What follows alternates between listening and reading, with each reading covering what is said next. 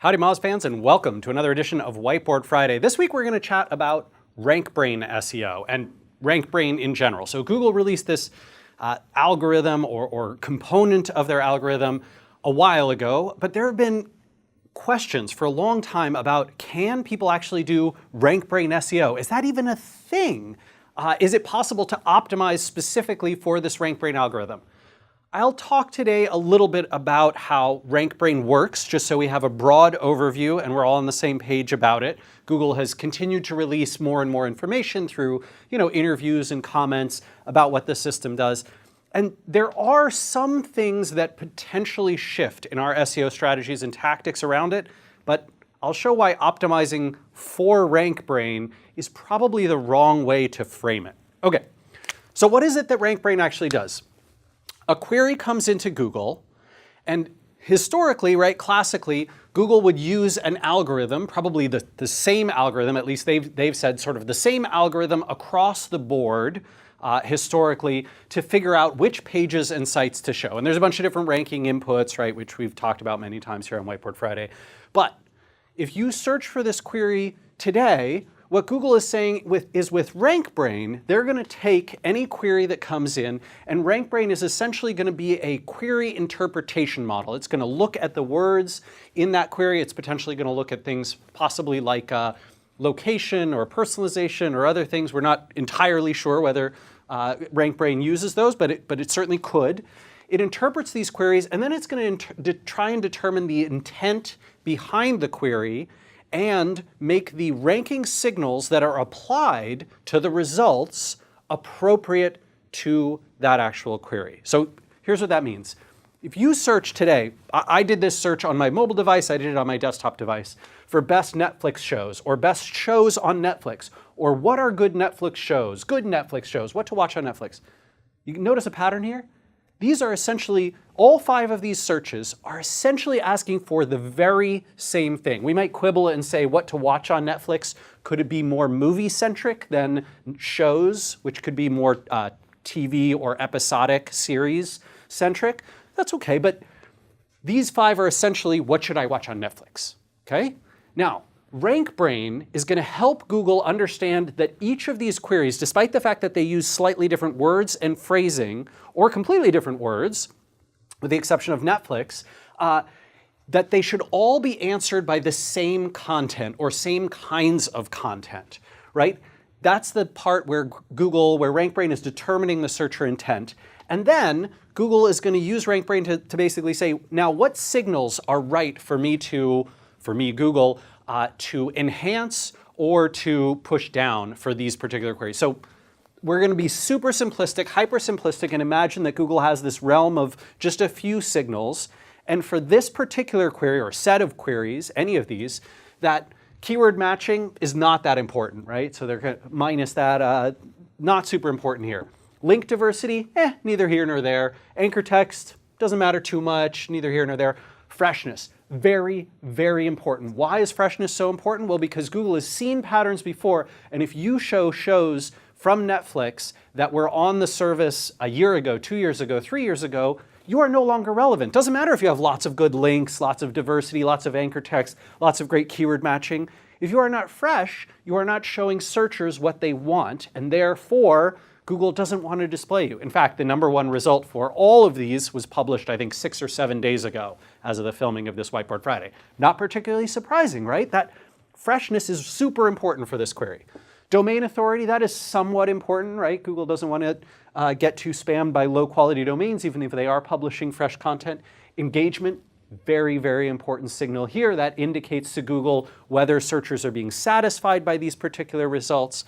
Related topics, and this is a high engagement query too, sorry. So on low engagement queries where people are looking for a very simple, quick answer, you expect engagement not to be that big. But for something in-depth, like what should I watch on Netflix, you expect people are going to go, they're going to engage with that content significantly. Maybe they're going to watch a trailer or some videos. Maybe they're going to browse through a list of 50 things. High engagement, hopefully. Related topics, Google is definitely looking for the right words and phrases. If you, for example, are talking about the best shows on Netflix and everyone is talking about how hot, I haven't actually seen it, but Stranger Things is, right, which is a TV program on Netflix that is very much in the public eye right now. Well, if you don't have that on your best show list, Google probably does not want to display you. And so that's an important related topic, right, or a concept or word vector, whatever it is. Content depth, that's also important here. Google expects a long list, a fairly substantive page of content, not just a short, here's 10 items and no details about them. As a result of you interpreting the query using these signals in these proportions, this is what these 5 were basically the top 5 or 6 for every single one of those queries. So Google is essentially saying, hey, it doesn't matter if you have perfect keyword targeting and tons of link diversity and anchor text. The signals that are more important here are these ones, and we can interpret that all of these queries essentially have the same intent behind them. Therefore, this is who we're going to rank. Okay, so in essence, RankBrain is helping Google determine what signals to use in the algorithm or how to weight those signals, right? Because there's a ton of signals that they can choose from. RankBrain's helping them weight them, and they're helping them interpret the query and the searcher intent. Does that actually change how we do SEO? A little bit. What it doesn't do, though, is it does not say there is a specific way to do SEO for RankBrain itself, right? Because RankBrain is helping Google select signals and prioritize them, you can't actually optimize for RankBrain itself. You can optimize for these signals, and you might say, hey, I know that in my world, these signals are much more important than these signals, or the reverse, right? And for a lot of commercial old school queries, keyword matching and link diversity and anchor text are still very, very important. I'm not discounting those. What I'm saying is you can't do SEO for RankBrain specifically, or not in the classic way that we've been trained to do SEO for a particular algorithm. This is kind of different. That said, there are some ways SEOs should respond.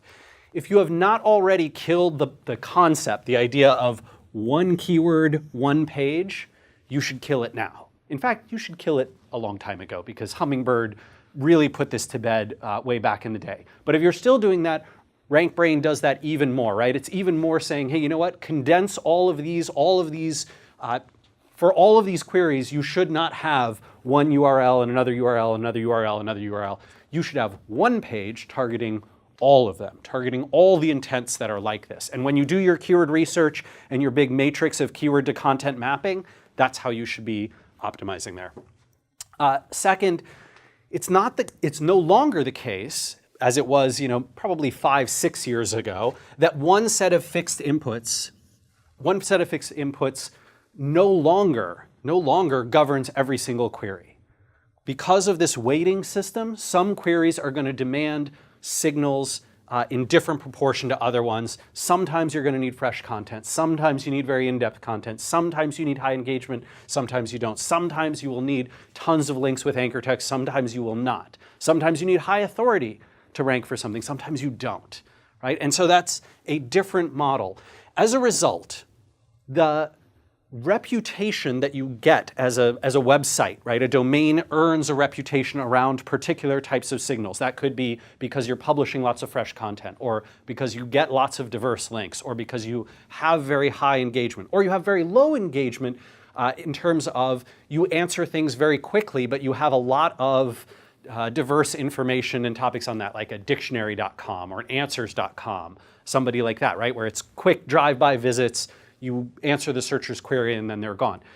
That's a fine model, but you need to match your SEO focus, right? Your brand of the type of SEO and the type of signals that you hit to the queries that you care about most. And you should be establishing that over time and building that up, right? So RankBrain, yes, it might shift a little bit of our strategic focus, but no, it's not a classic algorithm that we do SEO against, like a panda or a penguin, right? How do I optimize to avoid panda hitting me? How do I optimize to avoid penguin hitting me? How do I optimize for hummingbird so that my keywords match the query intent? Those are very different from RankBrain, which has this interpretation model. So with that, I look forward to hearing about your experiences with RankBrain.